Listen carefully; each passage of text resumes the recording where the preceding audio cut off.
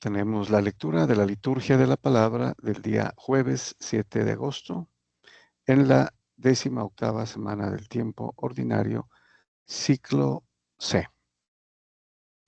Leemos del misal popular que edita Paulinas con base en la Conferencia Episcopal de Colombia.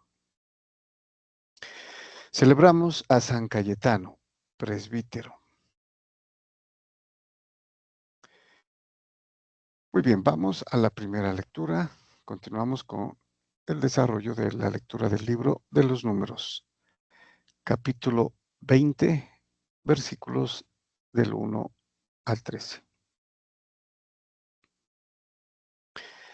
En aquellos días, la comunidad entera de los hijos de Israel llegó al desierto de Sin, el mes primero,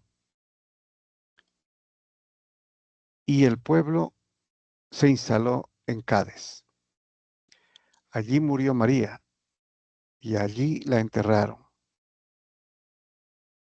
Hay que recordar que María es hermana de Moisés, ¿no? Lo mismo que Aarón. Y María fue aquella niña que cuando colocaron al bebé en la cesta en el río Nilo, ella estuvo vigilando para ver qué pasaba. Y fue la que se encargó de decirle a la hija del faraón que le iba a conseguir una nodriza para que lo alimentara. Y era su propia madre, ¿no? Bueno, o sea, es la importancia de María que muere aquí en Cádiz, ¿no? Continuamos. Faltó agua a la comunidad y se amotinaron contra Moisés y Aarón. El pueblo protestó contra Moisés diciendo: ojalá hubiéramos muerto como nuestros hermanos delante del Señor. ¿Por qué has traído a la comunidad del Señor a este desierto? Para que muramos en él nosotros y nuestras bestias. ¿Por qué nos has sacado de Egipto para traernos a este sitio horrible que no tiene grano, ni higueras, ni viñas, ni granados, ni agua para beber? Nuevamente, entonces, el, el pueblo protesta, ¿no? Se revela y clama a Moisés y a Aarón también.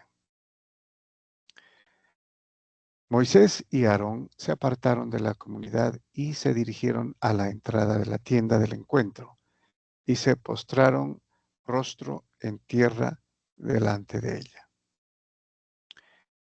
La gloria del Señor se les apareció y el Señor dijo a Moisés: coge la vara y reúnan la asamblea, tú y tu hermano Aarón, y háblenle a la roca en presencia de ellos, y ella dará agua. Bueno, aquí es interesante observar en el texto que dice: toma el bastón, ¿no? O el báculo que tenía Moisés, y háblenle a la roca. El término es hablarle a la roca en presencia de ellos, ¿no? Bueno. Luego saca agua de la roca y dales de beber a ellos y a sus bestias. Moisés retiró la vara de la presencia del Señor como se lo mandaba.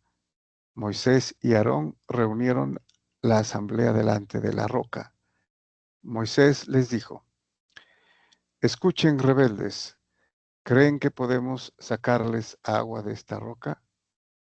Moisés alzó la mano y golpeó la roca con la vara 2 veces, y brotó agua tan abundante que bebió toda la comunidad y las bestias. El Señor dijo a Moisés y a Aarón: por no haberme creído, por no haber reconocido mi santidad en presencia de los hijos de Israel, no harán entrar a esta comunidad en la tierra que les he dado. Bueno, al parecer, según el texto, no hicieron lo que les dijo el Señor. No le hablaron a la roca, sino que la golpearon con la vara, ¿no? Y otra cosa importante es porque no le dieron el crédito, ¿no? A Dios. Dice, Moisés les dijo, escuchen, rebeldes, ¿creen que podemos sacarle agua de esta roca? Podemos, o sea, Moisés y Aarón. Aquí estaría implícito el hacerlo por el poder de ellos, ¿no? Por eso eh, les rechaza el Señor. Dice, por no haberme creído, por no haber reconocido mi santidad en presencia de los hijos de Israel. O sea que tenían que hacerlo, haberlo hecho en el nombre del Señor, ¿no? Y hablarle a la roca, o sea, como una especie de invocación a Dios para que la roca diera agua, no necesariamente golpearla, ¿no? Y decir, nosotros podemos sacar agua de la roca. Bueno, y esta posiblemente sea la causa por la que ni Moisés ni Aarón entraron en la tierra prometida, ¿no? O sea, no harán entrar a esta comunidad en la tierra que les he dado, pues es dirigido a ellos, ustedes no entrarán, ¿no? Serán otros quienes hagan entrar al pueblo a la tierra prometida. Josué, en este caso, ¿no? Bueno,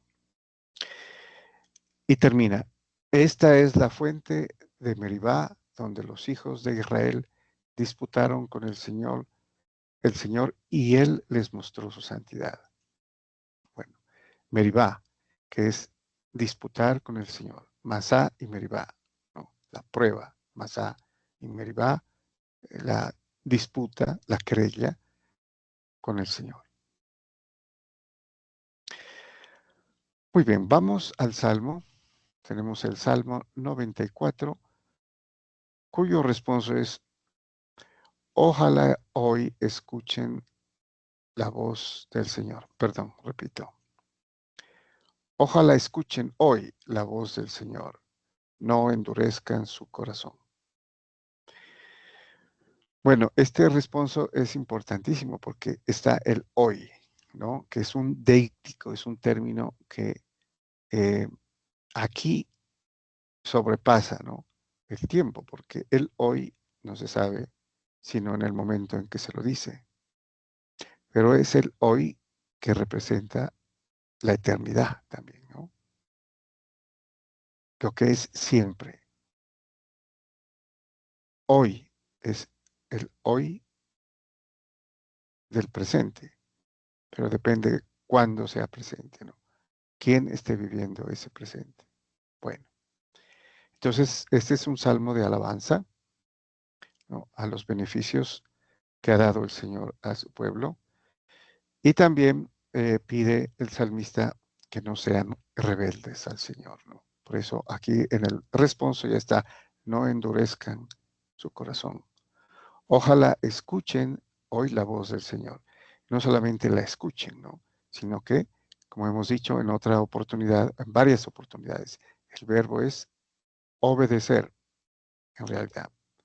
Es escuchar para la obediencia, ¿no? La confianza en el Señor que enseña la verdad. Nos dice el salmista, vengan, aclamemos al Señor, demos vítores a la roca que nos salva. Entremos a su presencia dándole gracias, aclamándolo con cantos. Bueno, aquí es interesante la roca, ¿no? El Señor, demos vítores a la roca que nos salva. También es una frase profética, mesiánica, ¿no? Referida a la roca, que es Cristo, ¿no? Pero aquí se refiere también a Dios, la roca que nos salva. Entren, postrémonos por tierra, bendiciendo al Señor, Creador nuestro, porque Él es nuestro Dios y nosotros su pueblo, el rebaño que Él guía. Aquí entonces reconoce, ¿no?, a Dios, el que guía y al que obedecen, ¿no?, el pueblo. O sea, no, lastimosamente no todo el pueblo fue rebelde, pero algunos, ¿no? Un resto que eran fieles al Señor.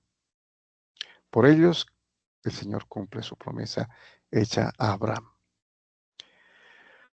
Ojalá escuchen hoy su voz, no endurezcan el corazón como en Meribá, como en el día de Masá en el desierto, cuando sus padres me pusieron a prueba y me tentaron, aunque habían visto mis obras.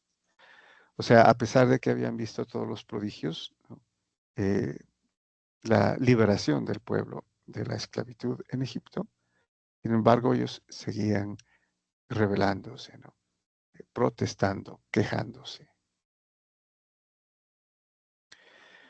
Muy bien, vamos al Evangelio y tenemos un pasaje importantísimo, ¿no?, del Evangelio según San Mateo, capítulo 16, versículos del 13 al 23. El título temático: Tú eres Pedro, y te daré las llaves del reino de los cielos. Bueno, este es un pasaje bastante importante para la Iglesia Católica, ¿no? Y en el que ha habido gran cantidad de polémica, especialmente de parte de nuestros hermanos separados, ¿no?, protestantes y de otros grupos. La Iglesia ha sido eh, constante en la interpretación que le ha dado a este pasaje, ¿no? Bueno, nos dice San Mateo: en aquel tiempo, al llegar a la región de Cesarea de Filipo, Jesús preguntó a sus discípulos: ¿quién dice la gente que es el Hijo del Hombre? Bueno, la región de Cesarea de Filipo es importante porque marca el contexto, ¿no? Cesarea de Filipo era una ciudad en la que Filipo, su tetrarca o gobernante, le dio el nombre precisamente de Cesarea en honor a César, ¿no?, Tiberio en esa época. Pero había una cosa importante. eh, Filipo había hecho construir en una enorme roca, ¿no?, una, una dimensión muy grande, ¿no? Había hecho construir un templo en la roca, eh, ofrecido a César. Y obviamente, al pasar por aquí, Jesucristo pedagógicamente no pierde la oportunidad de enseñarles sobre la verdadera roca. Bueno, pero empieza preguntándoles: ¿quién dice la gente que es el Hijo del Hombre? Él obviamente lo sabía, ¿no?, pero quiere eh, hacer pedagogía de lo que eh, ellos creen, ¿no? Ellos contestaron: unos que Juan el Bautista, otros que Elías, otros que Jeremías o uno de los profetas. Bueno, esto es lo que dice la gente. Ellos, al estar en contacto con la gente, ¿no?, escuchaban lo que decían. Entonces aquí eh, atribuían a Jesucristo como un profeta más, ¿no?, como Elías, Jeremías o Juan el Bautista. Él les preguntó: ¿y ustedes quién dicen que soy yo? Bueno, es importante porque les pregunta al grupo, ¿no?, a los apóstoles, a los 12, ustedes. Y como en otras oportunidades o pasajes, quien contesta es Simón. Y aquí veremos el por qué. Entonces, la pregunta es, bueno, la gente dice que soy esto, ¿no?, o aquellos. ¿Y ustedes, mis apóstoles, quién dicen que soy yo? Simón Pedro tomó la palabra y dijo, tú eres el Mesías, el Hijo del Dios vivo. Bueno, ante esta respuesta de Pedro, ¿no? Que siempre Pedro es el que eh, habla primero, el que responde, ¿no?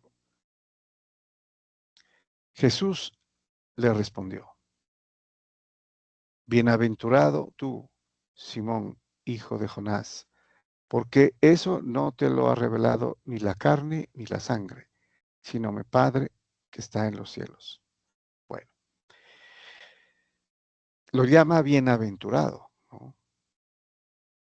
Pues es un nombre eh, bendecido o bendito tú, Simón, porque no por tu propio poder, por tu propia sabiduría, por tu propia inteligencia has dicho esto, sino que mi Padre te lo ha revelado.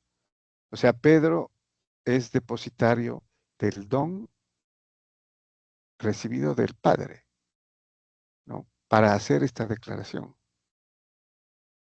Entonces, aquí hay una importancia eh, grande, ¿no?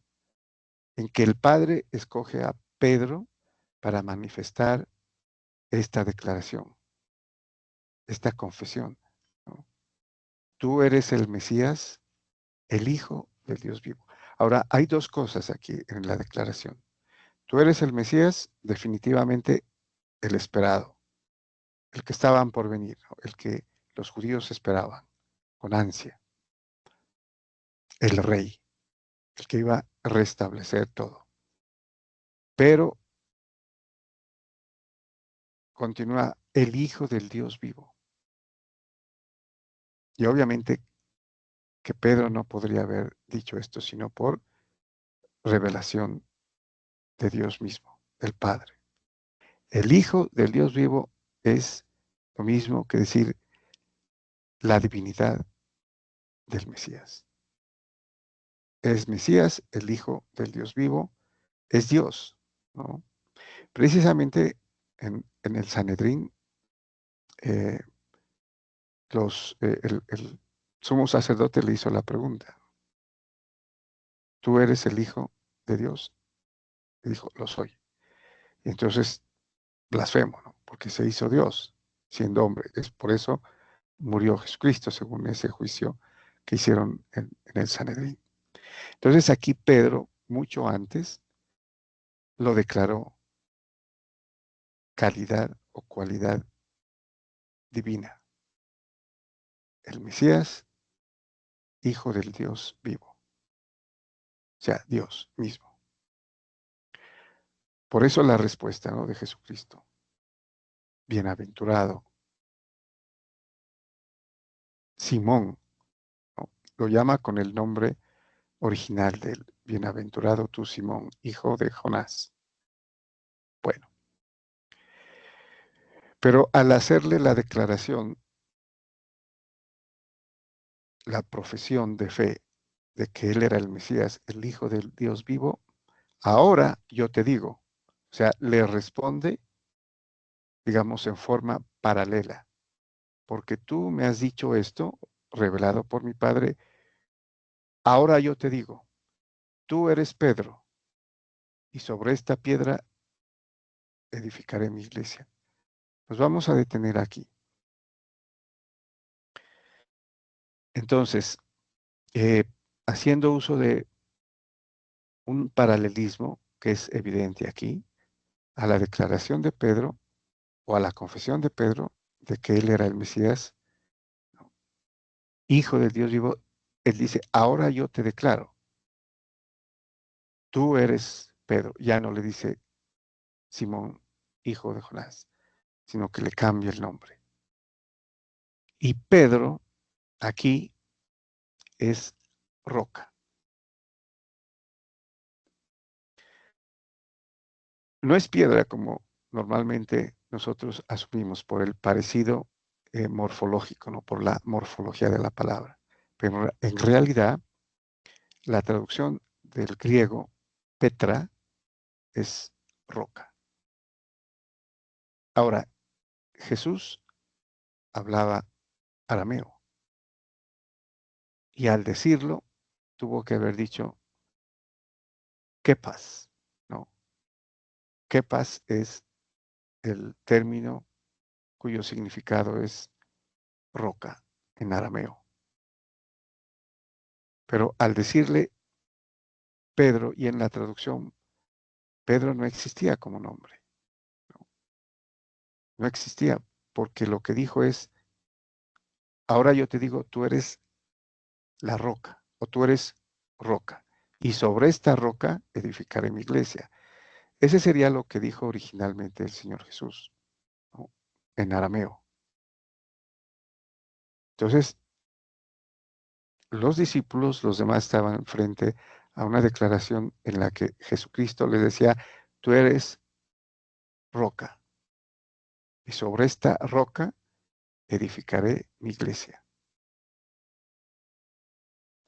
Al traducirlo al griego, obviamente tenía que buscarse un término masculino. Por eso aparece Petros, ¿no? Petros, que es más, obviamente, parecido. Pero, como les digo, este nombre no existía antes. Lo acuñó el Señor eh, diciéndole roca. Y sobre esta roca edificaré mi iglesia. Por eso, aquí habría que entender en el texto que Pedro o Simón, hijo de Jonás, es verdaderamente la roca sobre la que Cristo edifica su iglesia, ¿no? Él dice, mi iglesia es mía, yo la edifico. ¿Sobre quién? Sobre la roca, que es Pedro. Al llamarlo roca, le está cambiando el atributo, la persona misma, ¿no? Porque el nombre eh, indicaba a la persona, ¿no? Significaba a la persona.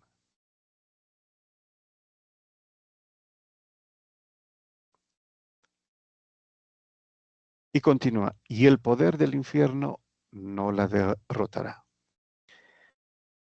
Aquí el infierno eh, originalmente en el griego es Hades, ¿no? Hades, que es el lugar de los muertos, ¿no? El reino de los muertos. En otras palabras, lo que está diciendo es que el poder de la muerte no la derrotará. O sea, la iglesia sobrevivirá a todo intento, a todo obstáculo. Será eterna, porque el poder del reino, del infierno o del mal, ¿no? Hay que entender también que el Hades originalmente en el judaísmo era el lugar de los muertos, ¿no? No era necesariamente el lugar de la condenación eterna como lo conocemos, ¿no? En el Nuevo Testamento. En el Antiguo Testamento el Hades era el submundo donde estaban los muertos, ¿no? No había nada, solo esperar. Pero también había los justos que esperaban al Mesías también, y también los eh, réprobos o condenados, ¿no? Bueno, y continúa, te daré las llaves del reino de los cielos. Aquí también es otra declaración importante, ¿no? Hay, o sea, profundizando, hay bastante contenido en este pasaje. Sería bueno meditarlo, ¿no? Profundizarlo y especialmente con la oración y la asistencia del Espíritu Santo. Te daré las llaves del reino de los cielos a una persona, a un hombre, a un pescador, ¿no? Iletrado, que solamente era versado en las redes, en la pesca, ¿no? Te daré, está en futuro, las llaves del reino de los cielos. Porque Pedro es el que va a quedar cuando Jesucristo ascienda al cielo. Y habrá aquí quien represente la autoridad a Cristo mismo en la tierra, visiblemente, ¿no? Te daré las llaves del reino de los cielos. Es impresionante, es casi que increíble, ¿no? Entender esto, que a una persona se le dé las llaves del reino de los cielos, que venía el Señor y predicaba, ¿no? Porque el Evangelio es precisamente la proclamación del reino de los cielos, de la vida espiritual, la vida eterna. Y las llaves de ese reino se las dará a Pedro.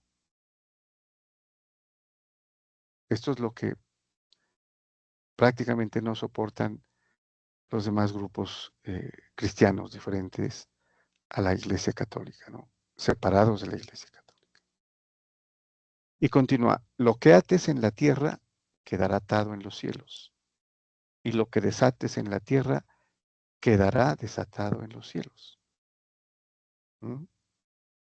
Tamaña autoridad.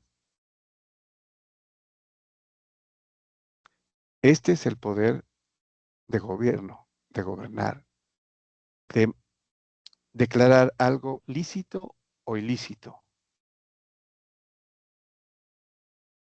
de perdonar los pecados, de retenerlos, ¿no? Y esto también, este poder se los dio a los demás apóstoles en otro pasaje. Pero el que primero los tiene es Pedro, porque él tiene las llaves, el único que tiene las llaves del reino de los cielos. Y el que gobierna, y el que decide, y el que declara lo que es doctrina verdadera es Pedro, junto con los demás apóstoles, con el colegio apostólico. Y continúa.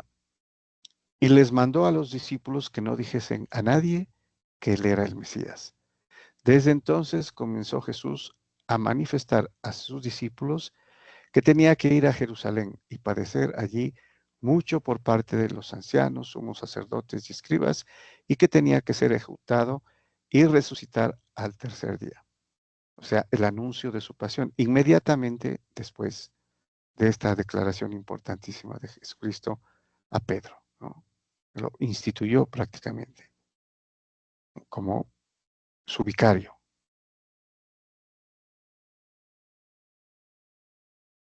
Bueno, y ahora sigue algo que también es enigmático y parece una contradicción, pero no lo es. Pedro se lo llevó aparte y se puso a increparlo. Lejos de ti tal cosa, Señor. Eso no puede pasarte. ¿Qué cosa no puede pasarle? Que él sufra, padezca y muera en la cruz. Pero es importante entender que no solamente Pedro, era todos los apóstoles y los demás judíos, ¿no?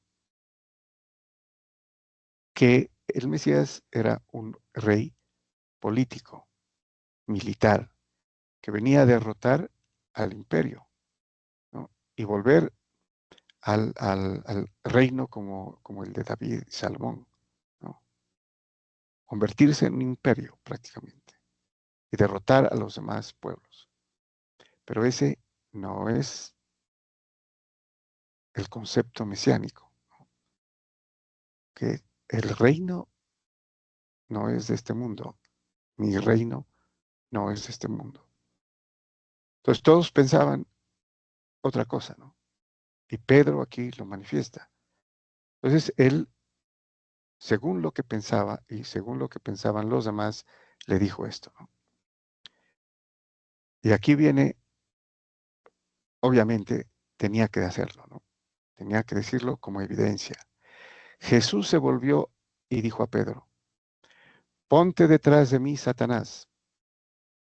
Eres para mí piedra de tropiezo porque tú piensas como los hombres, no como Dios. Interesantemente, casi que inmediatamente después de haberle dado o declarado, ¿no?, como la roca, y el que iba a tener las llaves del reino de los cielos, le dice Satanás prácticamente, ¿no? Además que había sido beneficiario de una revelación de Dios Padre, porque esto estaba en contra de la voluntad precisamente del Padre, ¿no? Y Pedro se dará cuenta luego, ¿no? Ya en Pentecostés, él se dará cuenta de este terrible error, ¿no? Pero que lo hizo por ignorancia, porque esta era la concepción del Mesías que esperaban los judíos, incluso los apóstoles. Entonces, ponte detrás de mí, Satanás.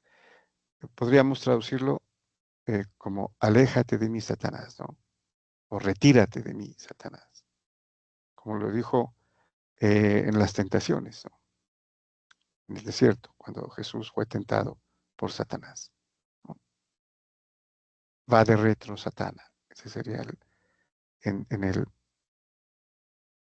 por mencionar una importante frase eh, de exorcismo, ¿no?, de San Benito.